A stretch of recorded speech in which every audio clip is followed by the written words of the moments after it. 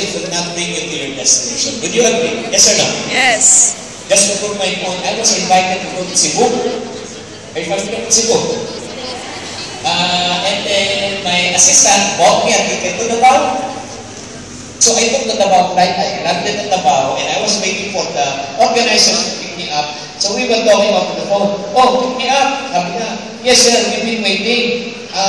Sir, ano itsura niyo? Eh, baka napitin. Sir, sige. Sir, nasaan ka ba? Nasa labas, nakaputi. Oh, nakaputi yun kami. Ba't tayo magkita?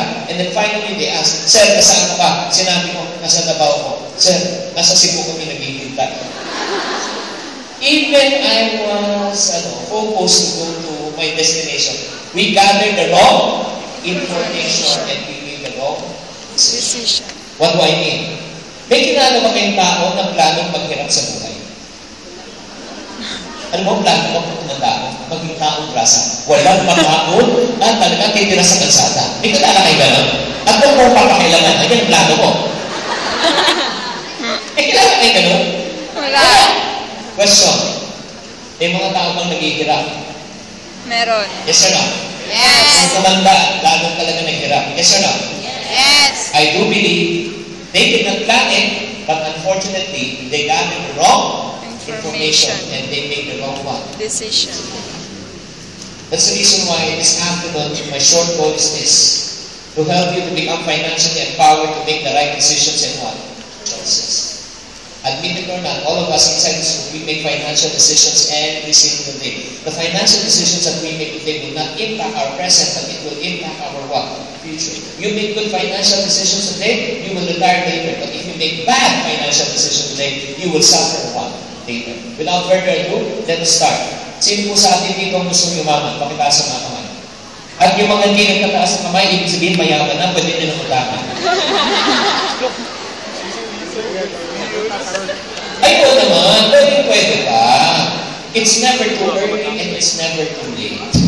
Now, by saying that, ang pagyaman ng isang tao ay hindi nag-umpisa sa laman ng kanyang bulsa kung magkano kanyang kinikita. Ang pagyaman ng isang tao ay nag-umpisa kung paano siya mag-isip.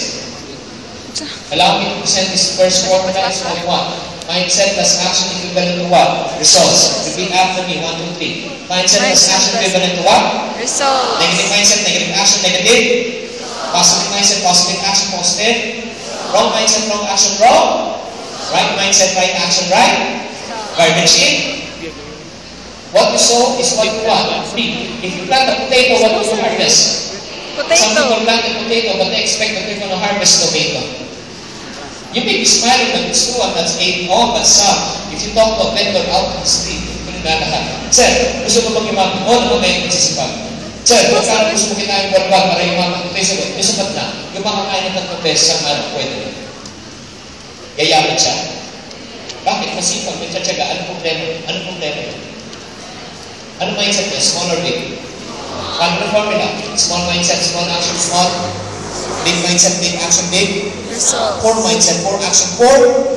Rich mindset, rich action, rich. Results. Negative mindset, negative action, negative. Positive mindset, positive action, positive. You cannot live consistently the way you think inconsistent. Picture naman. Sino sa inyo dito gusto manalo sa inyong kinabuhi? Pagkataas sa mga kamay. Manalo sa inyong kinabuhi. You want to win in life? Yes or no? You and I can never win in life with a defeated mindset. You and I can never live a positive life with a negative mindset. All of you inside this room, you consider yourself as a very optimistic person. Positibo ka. Pakitaas ang mga positibo. Sino man po sa inyo? Medium. Ano lang? Gamay lang. Sino sa inyo? Rare. O, parang steak. Di ba? Medium, rare. Ito lang ha. When I say hello, can you say hi? Hello? Can you please help me to fill in the blanks? I'll say a sentence and you finish the sentence for me. Okay? Huwag tayo mag-isip, just be natural. Bago ka sumakay ng aeroplano, anong karating inisip mo? Paano kung Bago ka mag-exam, anong inisip mo? Paano kung Bago ka mag-umpisa ng negosyo, anong inisip mo? Paano kung Baksak. Diba? Grabe natin, diba? Napaka-positive natin lahat. Ano plano sa buhay? Crash, fail, lugi! Ikaw, ano plano? Crash, fail, lugi!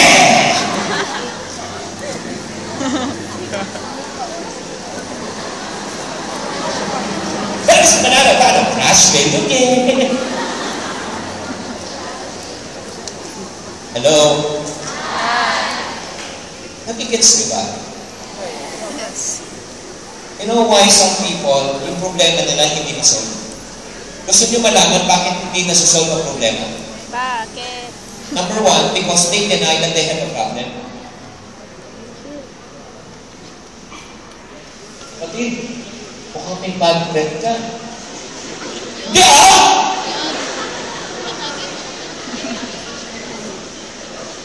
May nagsasabi na dinideny pa. Thanks nyo. You will never solve a problem until you start to admit that you have a problem. The problem actually is not the problem is the attitude towards the problem.